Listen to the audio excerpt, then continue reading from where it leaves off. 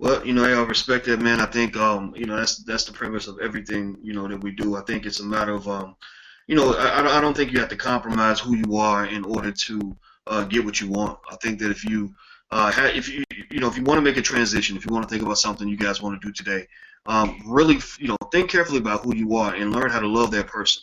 One thing that you see with Dame is that he loves himself, even the parts of him that are less than perfect. It's perfect, and so it allows him. Imperfect, not to cut you off, but imperfection is perfect. That's what I said. Right? It's perfection because it's you. It's because it's you. Right? I love my imperfections. I am proud of them. Okay, I'm sorry. Exactly. No, that's okay. It's okay. Because an imperfection to one person is really a variation for another. It's like if you're born with 6 fingers on each hand, some people may see that as an imperfection, but it may mean that you're meant to be the greatest piano player that ever lived. So don't spend your whole life trying to chop off your extra finger. Embrace that extra finger, love that extra finger, and realize that that's what makes you unique. So I think that learning how to really love yourself is an important part of having the faith and the confidence to be a trendsetter. One thing that Dame has done, throughout his career is he's been a trendsetter. He's always gone off the unbeaten path and discovered new territories that other people didn't know existed. And that's really the core of our friendship, because as a scholar, I was kind of the Dame Dash of scholars in the sense that I had a lot of people tell me I was crazy. A lot of people tell me that what I was doing wasn't going to work. But I said, I'm going to make this shit work. I'm going to make it work because I'm not going to sit on this person's plantation and let them tell me what to do. And now those same people who used to tell me I was crazy, the ones who used to avoid me, who used to, do whatever they did, now those same people are calling me, asking me for opportunities. They're asking me for advice. And I don't get mad at them. I forgive them, for they don't know what they do. I know that it was their lack of confidence, their lack of self-love that kept them more fearful than they actually felt the desire to improve on who they are. So never let your fear override your desire. That's the key. Like, desire always has to win, because you're going to feel some fear. Everybody feels fear. The question is, do you let the fear control your decisions? Now, fear is a good thing. Fear is part of the game. That's like pre-game right there. And then you get the ability to practice no fear. But they get to be I wanted to show you real quick. Yeah, go ahead. What you got? Your man Webb came through yesterday. You know what he left? What did he leave? I'm gonna show you. This thing is retarded. He's crazy. Look. Now, you see? Wow. Now what is that? Now that's pretty nice. Now, that's the old Thunderbird. This shit is hard. Wow. Wait, what, he left that? He always leaves shit in my motherfucking garage, man. You know how you do. How's Webb doing? Is he all right? Is he still on the run? Put it like this. I know one thing. Him and I know a billionaire. And this nigga got way more problems than any problem that me or you could have. And it's coming from his family. Money don't solve problems. It actually brings more. Understand it. You have to really suck that up. Because at a professional level, you got to play wounded. That's what being a professional means. Being able to figure out problems, because there's going to be, being able to play while you're hurt, being able to lead, understanding that everything you do is influencing almost everyone else on the planet that's looking at you, and you can't be upset about what's presented to you. You got to play the cards that have been dealt. You can't expect things to be perfect. Actually, you have to expect imperfection and be able to react to imperfection. Cool.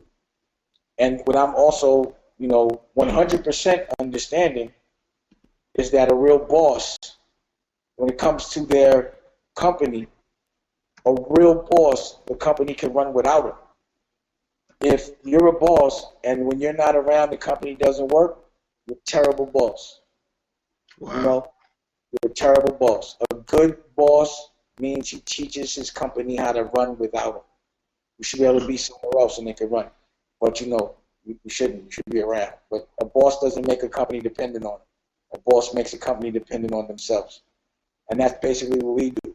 You get with a lot of people and they're not going to try to tell you the secrets because they look at you as competition. I look at someone that I school as a team player. And if they're evil, then they become competition. But I love it because I'm knocking you down. You might pretend you're winning, but we all know who's winning. That's how I feel about it. And that's all I wanted to say. No, that was a really good point. I think that, to me, the number one factor as to whether or not I can work with you comes down really to problem solving. Are you a person who can solve your own problem like an adult, or are you a person who brings me an excuse, or you bring me the problem and I have to solve it? Because if I have to solve every problem you run into, then what are you here for? Why am I paying you? I should be just paying myself and doing the job myself. Right? Especially when it's Google. Google could cure anything, B. Google, you could just ask Google, and if you ask me a question that Google could answer, you can get fired for that. So I can't wait. I love to see new talent and new energy and new music and evolution. I love it. If you notice, I don't work with people after they get famous because I'm uninspired by them, because everyone knows them. There's nothing to it. There's no innovation in it. I like to be the guy that picks talent out before everybody else and walks in the room and you feel cool for knowing something before everyone else does. But once everybody knows it, to me, it's whack. I'm the kind of guy that looks at somebody wear something and say, oh shit, I'm definitely not wearing that. But in another world, somebody wears something everybody's wearing. You know what I'm saying? It's just weird about, I think, how my perspective is as it relates to what inspires me. What inspires me is new things, is evolution. And relaxing, what I'm saying? Like working so hard that I can really enjoy my life is inspiring, And I love music, but the music business is just the same crabby people pretending they're something they're not, using other people's money, just taking a check for existing and going to the party and going to a lame party because everybody just looks swollen and fat from before, you know what I'm saying, and gray. And it's just to me, uninnovative. I like to see new things happen. I don't like gatekeepers for artistic things. The problem with the music business is there's too much gatekeeping going on. The people that are selling the music to the culture are not of the culture. It's a business to them. Same thing I was saying about BET. It's just a business. There's no passion. There's no care about, teaching people or making them better. All that matters is a record sale, a radio spin, a BDS, or whatever else matters right now, and looking for the next young person to exploit. You know what I'm saying? Like, you look for a kid to fuck his life up so someone else can make some bread and you can continue to have a salary. I don't respect it. I'm not inspired by being around those kind of people. It's just not me. I'm just different like that. And if the crazy shit is no one can understand that I personally walked away from the traditional music business. I stopped. I was there. I was plugged in. I could have fucking kissed ass and been, imagine if I would have just done one business for 20 years straight. If I just did music for the whole 20 years, I'd be running everything about music. But I don't want to run that kingdom. I really wanted to see what else there was in life. I like to challenge myself to see if I can do certain things. Like I love the challenge. If I didn't, I would have conformed a long time ago. I've had plenty of opportunities. They let me back in, or to say doesn't make sense, but it's their house.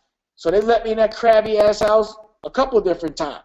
And I ran the fuck out. Like, I don't want to be, don't get it twisted. Just because I'm here don't mean I want to hang out. I just want to see some things. Or my daughter might have wanted to show up. Or, I'm not here for y'all. I'm out. You know what I'm saying? And every time I have the opportunity to leave, I do. Y'all didn't see me at the BET Awards or giving out no motherfucking awards or none of that shit. I didn't leave. I hate those award shows. That's why I stopped that in the first place. So I ain't going to be on television. I have to go back to doing music business shit. You know what I'm saying? I'm done with that business. I love making music. I love watching live instrumentation. People on the stage performing and loving it. I love anything creative. But when it gets put in a cage, when it gets told what to do, when you see a rock star listen, he ain't a rock star no more. You know what I'm saying? Mm-hmm. And I love being a rock star. You know what I'm saying? I love saying no when I don't feel like doing something. I love telling somebody that everyone's scared of to kiss my black ass. I love that shit. I wouldn't give up my nuts for nothing in the world. There's no money in the world that can make me conform to these lanes and these squares, because that's what they are. You know? And it's funny because an older dang dash killing them rock star. No conforming. Evolution. You saw change. You saw me say fuck y'all and go this way and still survive, because I'm a kind contradiction to everything they say is right. Over there, they say have a boss, conform, do what you told, make people feel bad for shit they don't have, all of that. Over here, and they don't have no ownership over there. Your kids can't eat off what you do. Over here, do what you want, you dress the way you want, you do it when you want, how you want, and your kids get to eat from it. And that's where I like to be, and you get to look cool doing it. You understand what I'm saying? I don't care how much money you got. You're a lame, you're a lame. You can't buy cool. Matter of fact, actually, money sometimes takes your cool because you do anything for it. That I'm not going to do. My cool going to remain. I'm going to be chilly forever. Fuck it. You know what I'm saying? And that's how I look at things. I'm going to always feel good when I look in the mirror and go to bed. And when my child looks at me, he ain't going to have to look the other way and say, Dad did that because he had to pay my bills. He going to say, Dad bust his ass, fought his ass off for us, and he looked cool doing it, so we wouldn't accept anything other than that. There you go. That's right. I love that.